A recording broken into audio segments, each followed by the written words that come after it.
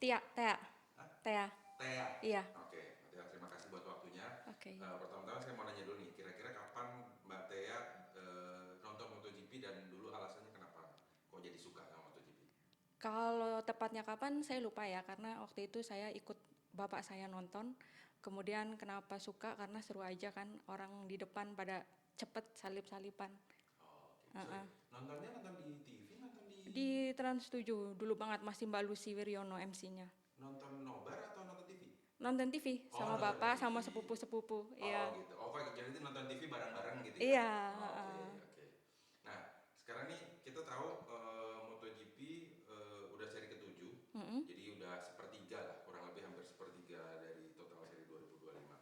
Terlepas dari siapapun pembalap yang Mbak Tia dukung, kira-kira Mbak Tia udah ngira nggak sih kalau mamanya Marc Marquez tahun ini bakalan tampil dominan, menang terus dan dia dibuntutin sama adiknya gitu. Itu udah ngira belum?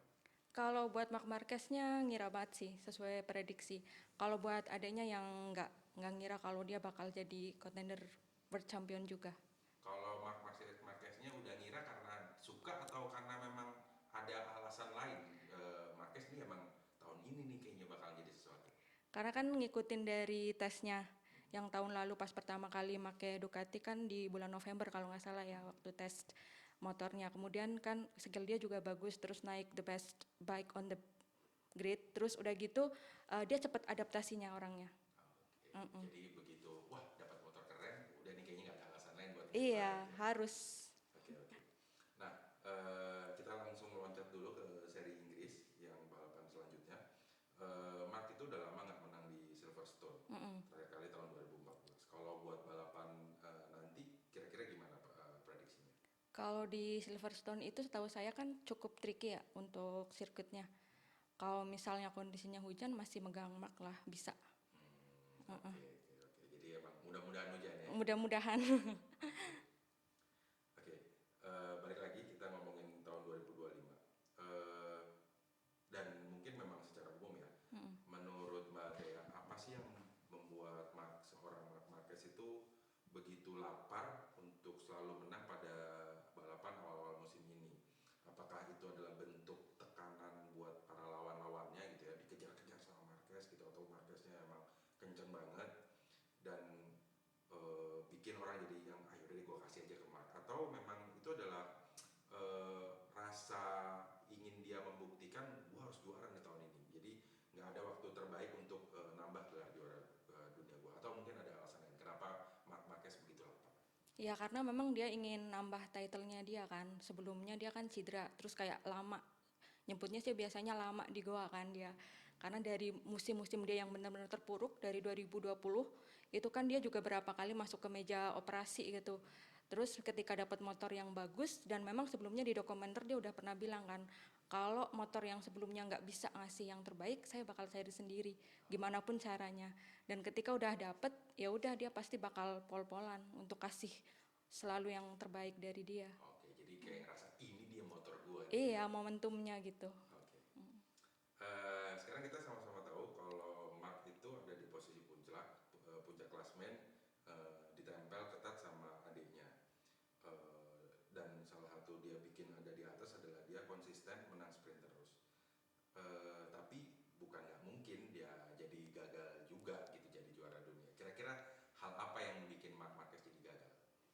Kalau yang bikin dia jadi gagal, biasanya kalau beliau udah pede, itu suka emosinya mungkin kurang stabil ya, nggak kalem gitu.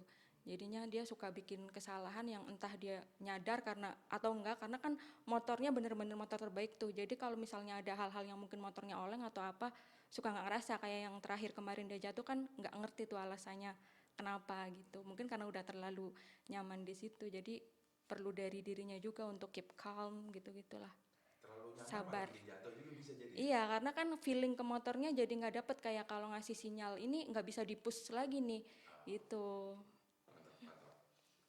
Eh, nah, soal pembalap lain yang bisa mungkin menggagalkan juga atau mungkin ngerepotin deh antara antara Peko atau Alex, di antara dua itu siapa sih yang paling paling ngerepotin nih nanti nih gitu, kira-kira Alex sih, kenapa? karena dia bisa yang bisa ngikutin ritmenya atau bacanya apa ya, pacarnya kakaknya itu ya si Alexnya ini yang bisa nempel banget. Oke, jadi bakalan Alex nih jadi sesuatu. Iya. Gimana caranya nanti biar Alex itu menjauh dari dia? Ini kan maksudnya dia tahu nih gitu, dia dalam tanda petik ngajarin Alex. Gimana caranya biar ini Alex ini kalau kayak gini terus gue bisa repot nih. Kira-kira gimana?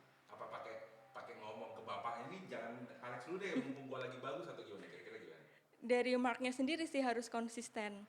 Kayak misalnya kalau di sprint bagus, ya jangan terlalu kepedean dulu di berikutnya karena kan masih ada hari Minggu gitu, harus kalem dulu ke dirinya.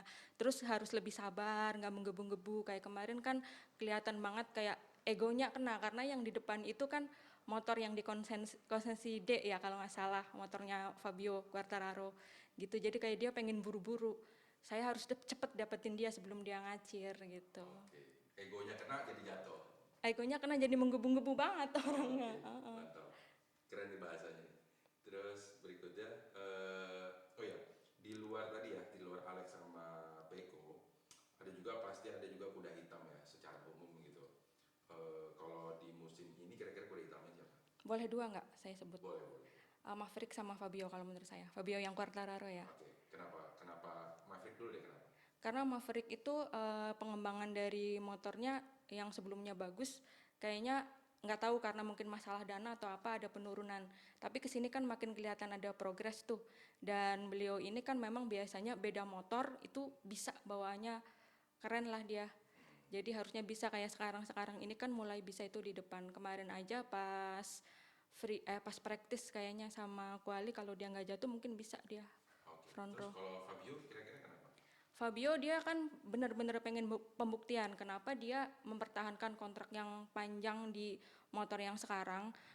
Ya karena memang dia percaya sama project timnya yang menurut dia adalah grid gitu. Dia pengen bounce back ke front row bareng motor yang sekarang, nggak mau pakai motor yang lain. Jadi dia bener-bener pembuktian ke diri tim sama orang yang anggap dia karena gajinya gede lo bertahan gitu. Iya, iya. Fabio itu sekarang gajinya paling gede di MotoGP. Iya. Oke, oke. Ini pengandaiannya ya nih.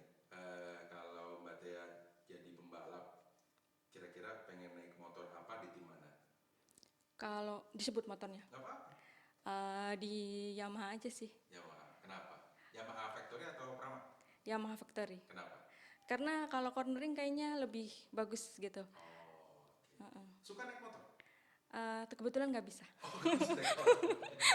Lucu nih. Terakhir, ada 5 juara dunia, Marquez, Joan Mir, Fabio, Pecco, dan Martin. Tolong dikasih julukan versi bahasanya Mbak Tia sendiri. Mulai dari Mark dulu. Kalau Marc Marquez The Baby Alien udah pasti ya. Nggak mau kasih julukan lain? Tetap ngasih julukan. Oke. Kalau saya ngasih julukan dia Pak Lurah. Oke, Pak Lurah. Kenapa Iya. Pak Lurah? Karena dia itu ke orang-orang di sekitarnya itu kayak ngere banget, suka nanya gitu terus sok dewasa banget, terus kalau ngomong di depan media itu bener-bener yang kayak bijak banget walaupun kadang berbeda gitu, kayak dia bilang aku di sini tuh nggak dominan, tapi biasanya nggak, sebenarnya dia dominan, dia cuma mengecoh musuh-musuhnya aja. Oke, jadi Pak Lurah yang pinter Memainkan manis-manisin kata-kata, omongan. iya, Oke. sugar coatingnya itu keren banget. Oke. Terus kalau Joan Mir? Kalau Joan Mir menurut aku surrender ya. Surrender. Jadi dikit-dikit dia crash, nggak tahu masalahnya apa, tapi si satunya lagi teammate-nya Marini nggak crash setiap race. Oke. Kalau Quartararo? Kalau Quartararo sebenarnya ada sih ya, cuma kayaknya buat di internal aja. Tapi nggak apa coba kalau di apa? Dia kan modeling gitu, kayak modeling dari yang majalah Dewasa tuh kayaknya dia bisa juga sih. Jadi Quartararo si model. Iya, model-model. Oke. Kalau Pecco? Kalau Peko Mr. Kalem, karena dia aslinya kalem banget dan dia juga kemarin support mah ketika sepedaan kan. Oke. Kalau Martin? Kalau Martin dia selalu on fire, meledak-ledak sih orangnya. Oke. Martin si on fire. Sip kalau gitu. Oke, thank you. Pesan ke Mark? Oh iya, satu. Lupa. Langsung sini ya. Kalau bisa ngomong sama Marc Marquez, apa yang pengen disampaikan? In English or Indonesia? Bahasa Indonesia. Kalau buat Marc Marquez, kata saya sih, ayo Marc, bisa lagi juara dunia tahun ini. Udah pakai motor terbaik, terus skill lu juga nggak diragukan, pasti bisa.